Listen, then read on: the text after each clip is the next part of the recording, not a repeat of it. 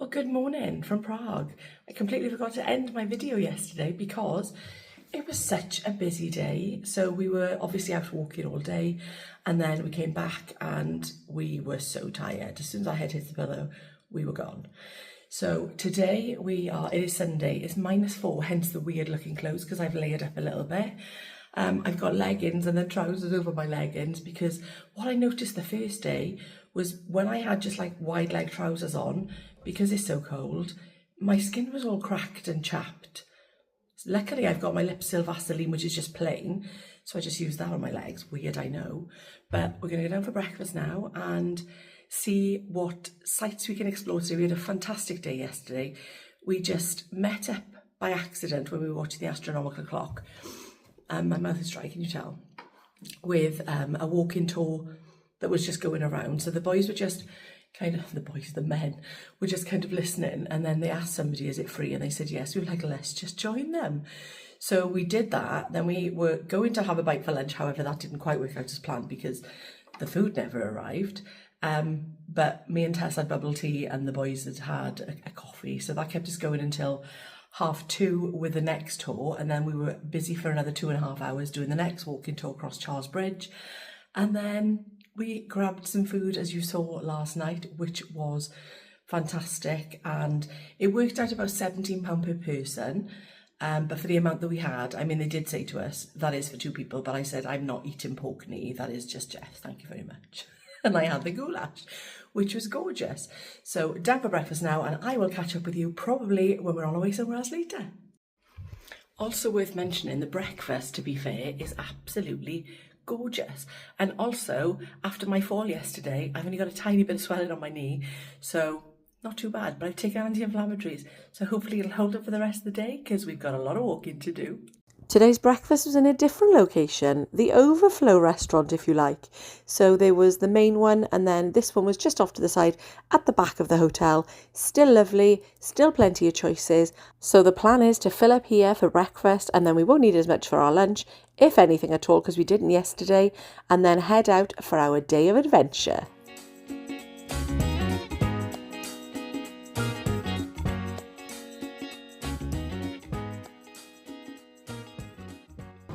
We found the beer spa, which is in our hotel. It's closed at the moment, but they've got, you can bathe in beers, and this is, I'm guessing, are all the products that they use. It's very nice in here. It also said there's cameras, so we should probably go. Bernard, beer spa. I heard somebody coming, so I ran up the stairs. What? So we've decided this morning that we're going to get the tram. We've just walked around the block, but there's some lovely buildings again, and they've all got the effect that like the Regency kind of, where they scratch off, or they paint it first then they scratch it off, and it's so beautiful. So that's the one that I'm talking about. But on the whole street there's just lovely architecture. In fact, the whole of Prague is like it, to be fair. Anyway, gonna go now and get a tram. There it is, the rotating head statue that doesn't look like it's rotating, but we can have a look. It's a bit of a giant. And now I need to find out all about it. Go on. That can't be it, surely. Yeah. Jeff was telling me fibs that absolutely was not it. So the rotating head of Franz Kafka, which is also known as the Kafka head, it's a kinetic sculpture. It's 11 metres high, it weighs 39 tonnes, and it's made from stainless steel layers. It's located outside the Quadrio shopping centre, and it symbolises Kafka's themes of identity and transformation. Now, as you can see, I've sped this up just because otherwise you would be waiting a very long time, as we were, and we didn't pick the best place to stand to watch it. We saw a lot of the back of his head, and if we'd have stood opposite, sort of the road-facing way, so this is a little tip if you are going, stand near the road, not outside the shopping centre, because then your view will be better. Be prepared though, because it can be quite long. It moves in regular cycles throughout the day, and from when we were there, what we noticed was that on the hour it did one big cycle, but be prepared because it does take a while. If you don't know who Franz Kafka is, he was a German-speaking writer from Prague, and he's well known for his surreal existentialist works. He explored lots of different themes, from alienation to the absurdity of modern life, and what we found out when we did our little walking tour was that his works were largely unpublished during his lifetime, and then he told his friend to destroy everything, but his friend published them after he died. And then that made Kafka one of the most influential writers of the 20th century. How amazing is that? And if you've ever heard the term Kafkaesque, this is where it's come from. His name inspired that term, which describes bizarre, oppressive, or illogical situations. So interesting. And now I need to read one of his books. Another example of absolutely beautiful painting on the buildings. So we're looking for a tram now. Are we going to cross over? Are we allowed to do that? Oh. You're getting on this side, yeah? Yeah. We've got to get on this side of it. Just the over now. Yeah, follow you. Where we are? The dancing house?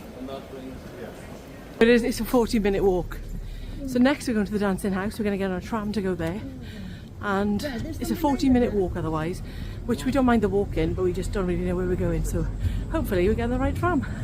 Well, nice and easy. We found a lovely building behind us. We don't know what that is. We might have to have a look. But the dancing house is in front of us.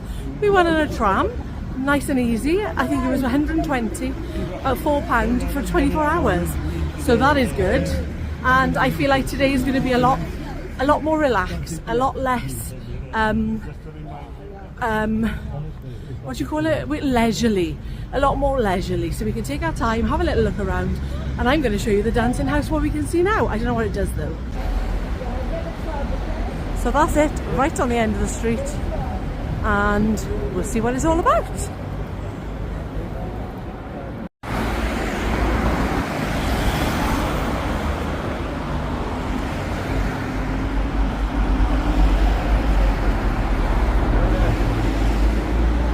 So what the memorial was saying was that it hid the soldiers to protect them, and it hid them in the church.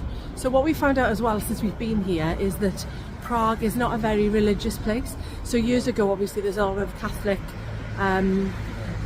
remembrances and there's a lot of Catholic signs, so because of all the statues on the bridge, and years ago it would have been a very Catholic country. But in the last, I don't know what they said yesterday, I can't remember because we weren't there at that point, I don't think. But there was a lot of, there's a lot of atheists here now, and not many people practice religion. Very interesting, but obviously they're left with all these churches and synagogues, and there's so many religious places here, but not many religious people. Oh yes! The dancing house based on Fred Astaire and Ginger Rogers. So it's not actually going to dance. That would be quite funny. Constructed in 1996, it is called the Dancing House. It is a modern building, but quite iconic, and it's earned the nickname Fred and Ginger, which I did already shout just now, but it is a must visit. If you love architecture and you want to see some beautiful views, pop up here because you will not be disappointed.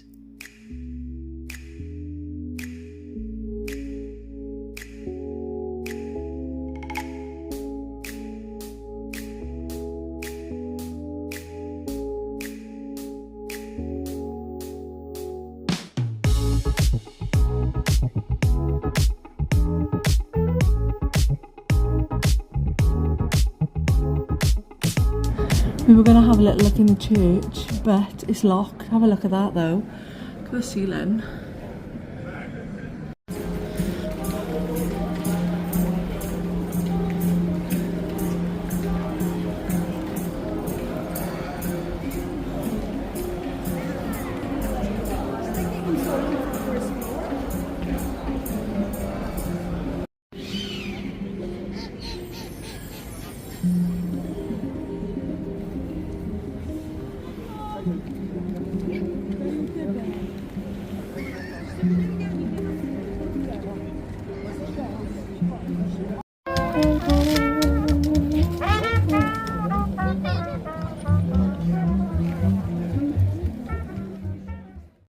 Over the other side of the bridge, we are now trying to find the John Lennon wall. Nearly at Camper Island. Very pretty streets everywhere here, to be fair. Like really pretty streets everywhere here.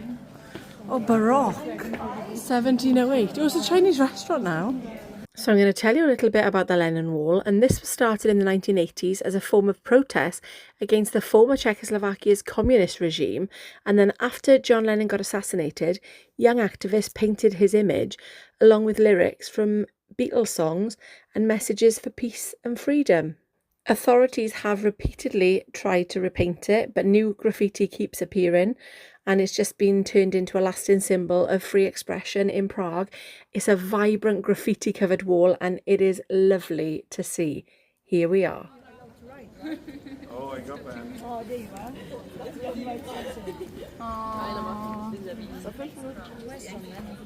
Where is this picture then? John Lennon is there in the middle, but they put a lot of stickers.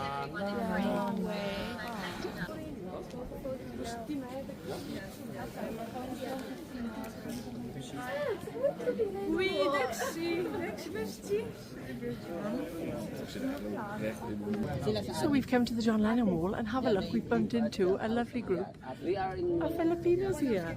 Follow YouTube. Yeah. YouTube, subscribe. What's up? What's up? What's up?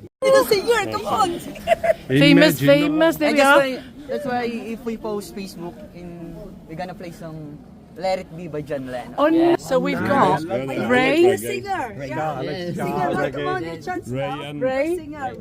Toby. Hero. Living in Prague, working here, but also musicians. And they're gonna. I'm link your. What's your band name? Love Peace Freedom. Band name? Yeah. Love Peace Freedom Band. There we are. So we're going to link that below, and you can have a listen to them with the John Lennon picture singing their song. Singing their song, playing the music. Singing their song. Do you sing as well? Yeah, they sing as well. So we've seen the John Lennon Wall. I'm closed off. I told them closed off. But we've just bumped into a lovely group of Filipinos who are musicians. So they're going to record something. Look at these lovely views. Have a look. Look how lovely the sun is. So this... Sorry. So where we are now, or where we've just been, is called Camper Island. It's surrounded by a little body of water.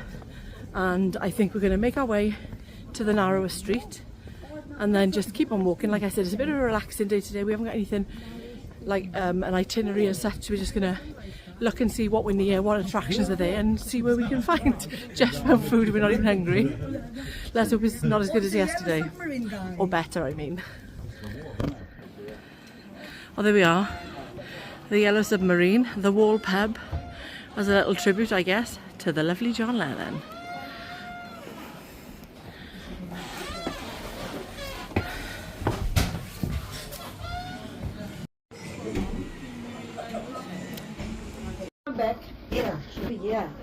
So nice little sit down in a little pub, a John Lennon tribute pub, and we've found the narrow street, but it looks like there's a gate on this. We can't even get inside. Closed on Sundays, maybe. There we are. I think I did a... Where are we going now? Well, I don't know what I managed to get, but I stuck my little selfie stick through the gate and recorded, and then there was a big queue of people, so I think people see us queuing and then just see what is like what's going on. So they all saw me queuing and then they queued, but there's a load of people coming from here, so I'm going to see where they've come from. Oh, we found Franz Kafka Museum and the shop, so we'll have a little look at that, because he's the guy that we heard about yesterday.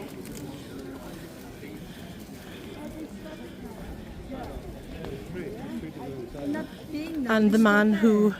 Oh, yeah. Dave, do you know what? Yeah. You're on the narrow street. You can see it from the back. Oh, maybe. Let's have a look. Hopeful that we can see the narrow street from down here. But Franz Kafka is the person who the rotating head is based on, who the peeing statues that are not peeing anymore are based on also. Don't know why they've stopped that, but there's also his personal items in the museum, so we might have a little look at that later. And we've just walked around the corner and there is an absolutely beautiful view of Charles Bridge. Look at that. That's a lovely photo opportunity there, guys. What's he doing now? Riding on cars. Oh my days. Look how beautiful that looks.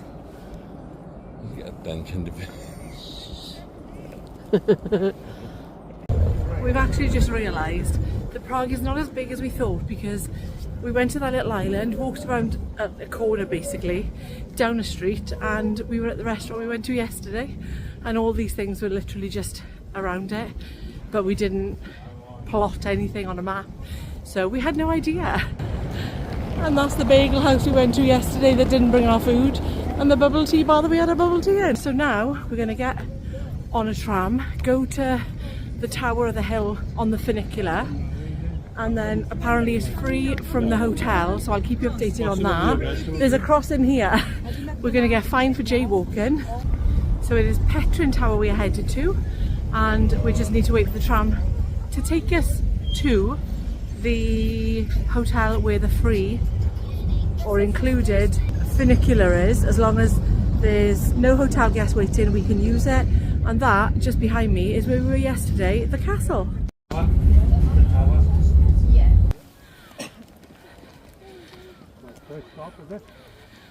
Thing. It's tight. Oh, Tess complaining about the kids' play park that's not oiled. Halfway up, and we've got some lovely views. Beck might be staying here. Beck might be staying here. Even the birds laugh, Tess. Come, Becky. All these three. Nearly there. Well, I very breathlessly made it here to the terrace with the others, who obviously got here before I did, but did as I did. And I'm walking on flat now, completely out of breath, trying to breathe through my nose and out through my mouth, but I don't think I'm going to have the last really steep bit. I think I'll have a coffee here, not coffee, a drink, and I think that's me done for this tower. There we are. So this is the view we've got from the front, and this is the view from the side. And just over there you can see the cathedral, or the church, from the castle, and just the top of the castle as well. We're lucky that it's a lovely day. You can see the river and some bridges and some gorgeous views. You went in there, I think. It's lovely and quiet, I guess. Not many people want to come up here on a Sunday afternoon, because this terrace bar is empty, completely empty. But there are some people coming in, so I think drink that we've earned, and then if they want to go any further, which is a very steep incline, I'll wait here with my drink. Absolutely loved this restaurant. It was very traditional. We had a lovely lemonade that was really tasty in that little jug, a mini jug to start, then some soup, and then some cheese that you needed to pour some beer over. Very different, really tasty. Oh, you have to pour the beer. Wow. And this is the crackle. You're gonna mix it. So the beer makes the cheese taste nicer, and that's the crackling. And then guess what? They convinced me to keep on walking up the tower. All I did was moan.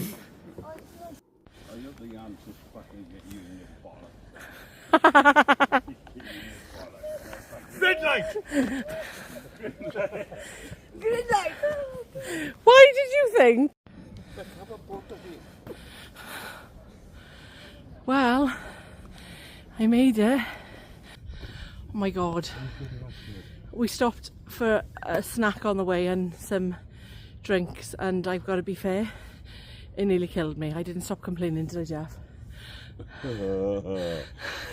That's understatement. Well, I made it to the top. We all made it to the top, to be fair. I may have taken slightly longer than anybody else, but I did it.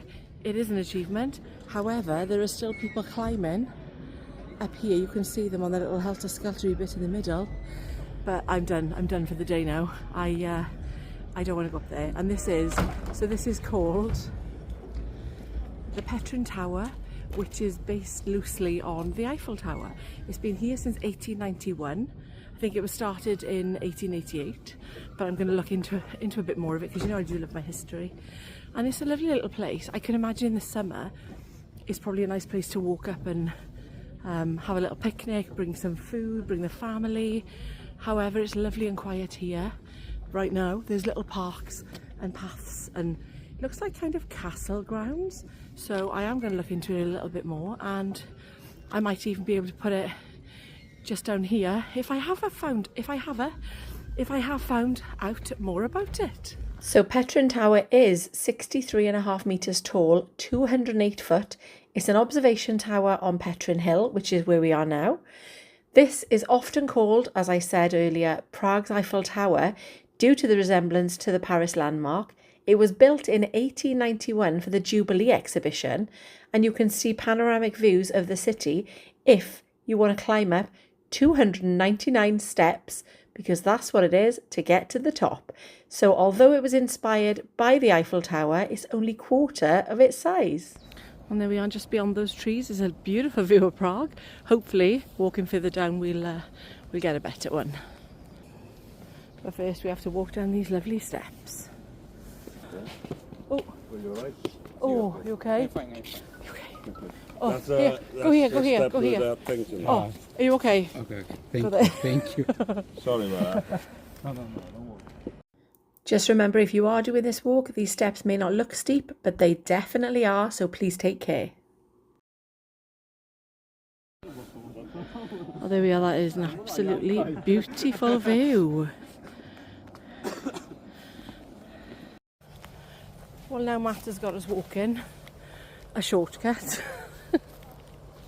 To be fair, I am glad that I went up there, because I know that if I didn't, because I kept saying, just leave me here and I'll meet you when you get back. But I know that if I hadn't have done it, I'd be kicking myself now because I didn't do it. But I'm glad that I did do it. So now we're heading back down the bottom to find the tram and then freshen up and then go out for food this evening.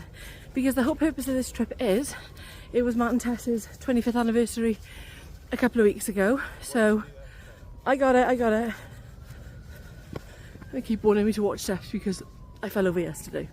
So yeah, 25th anniversary a couple of weeks ago. So we're gonna go out for some food this evening. And I mean, what an amazing time. We're going home tomorrow and we've had a brilliant time. Prague is such a beautiful place. The Czech people have been absolutely lovely. If you are thinking of it, I've said it before, I highly, highly recommend it. I don't think any words are needed here. Look at the stunning views you get. And this is the amazing thing about this place. You've got the parks, the gardens, scenic walking paths, and just amazing views of this gorgeous city. And if you want to know how to get down these steep hills, my friends are going to show you.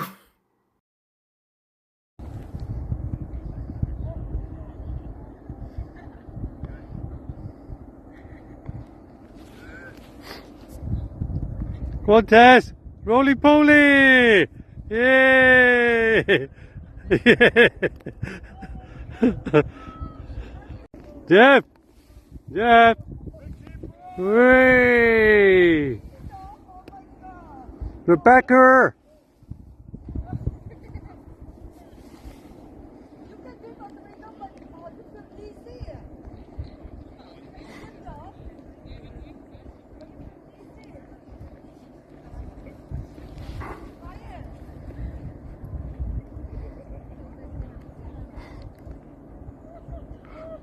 Crazy. Somebody's crazy. Tess has found a way of getting down easy. She just started rolling down the hill. Just as a warning, I wouldn't recommend what Tess tried doing because now she's too dizzy and she couldn't get up for ages. Just walk down like this. Well, I was walking down backwards because it saves your knees.